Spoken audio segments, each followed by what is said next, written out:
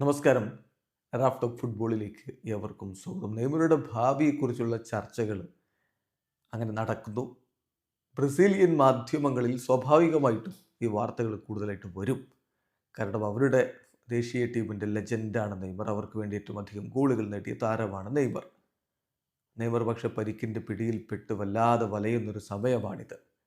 കഴിഞ്ഞ ദിവസം നമ്മൾ കണ്ടു പാൽമറാസിൻ്റെ പ്രസിഡന്റ് പറഞ്ഞത്, ലൈല പെരീര പറഞ്ഞത്, നെയ്മർ ജൂനിയർ വേണ്ട, പാൽമിറാസിന് വേണ്ട, ഇതൊരു മെഡിക്കൽ ക്ലിനിക്കല്ല, മെഡിക്കൽ ഡിപ്പാർട്ട്മെൻ്റ് അല്ല, ക്ലബ്ബാണ് എന്ന് പോലും അപഹസിക്കുന്ന തരത്തിൽ പറഞ്ഞു. ഇപ്പോൾ ബൂട്ടോഫാഗയുടെ പ്രസിഡന്റ് ഇതുമായി ബന്ധപ്പെട്ട ചില കാര്യങ്ങൾ പറയുന്നു. ഡോൾസിസിയോ മെലോ ഒരു ചാനൽ നൽകിയിട്ടുള്ള അഭിമുഖത്തിലാണ് നെയ്മറെ കുറിച്ച് സംസാരിക്കുന്നത്. അദ്ദേഹവും പറയുന്നു ബൂട്ടോഫാഗക്കും നെയ്മർ വേണ്ട. ബൂട്ടോഫാഗ ഇപ്പോൾ നമുക്കറിയാം ബ്രസീലിയറോ സിരിയയിൽ 1-ാം സ്ഥാനത്തുള്ള ടീമാണ്. കോപ്പ ലിബർട്ടഡോറസിൻ്റെ ഫൈനൽ കളിക്കാൻ പോകുന്ന ടീമാണ്. അവരുടെ പ്രസിഡൻ്റാണ് പറയുന്നത് നെയ്മർ വേണ്ട. കാരണം നെയ്മർ സ്വന്തം കരിയർ നശിപ്പിച്ചയാളാണ്. നെയ്മർ എന്തൊരു പ്രതിഭയാണ്, മെസ്സിക്കൊപ്പമാണ് പ്രതിഭയുടെ കാര്യത്തിൽ.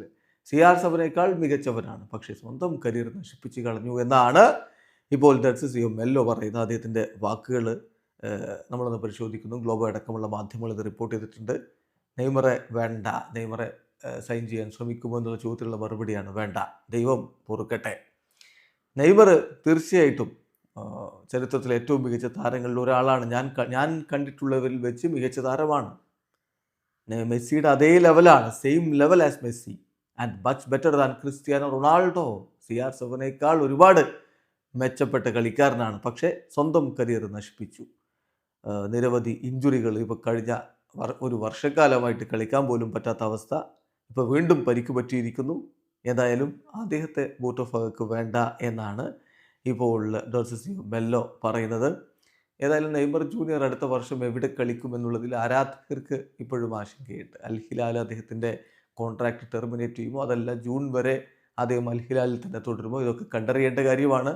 എന്നാൽ ബ്രസീലിയൻ മാധ്യമങ്ങളിലൊക്കെ അദ്ദേഹത്തിൻ്റെ ട്രാൻസ്ഫറിനെ കുറിച്ചുള്ള ചർച്ചകൾ സജീവമായി തുടങ്ങിയിട്ടുണ്ട്. വീഡിയോ അവസാനിക്കുന്ന ഫുട്ബോൾ ലോകത്തെ കൂടുതൽ വിശേഷങ്ങളുമായി റാഫ് ടോക്സ് കൊണ്ടുവെത്താം.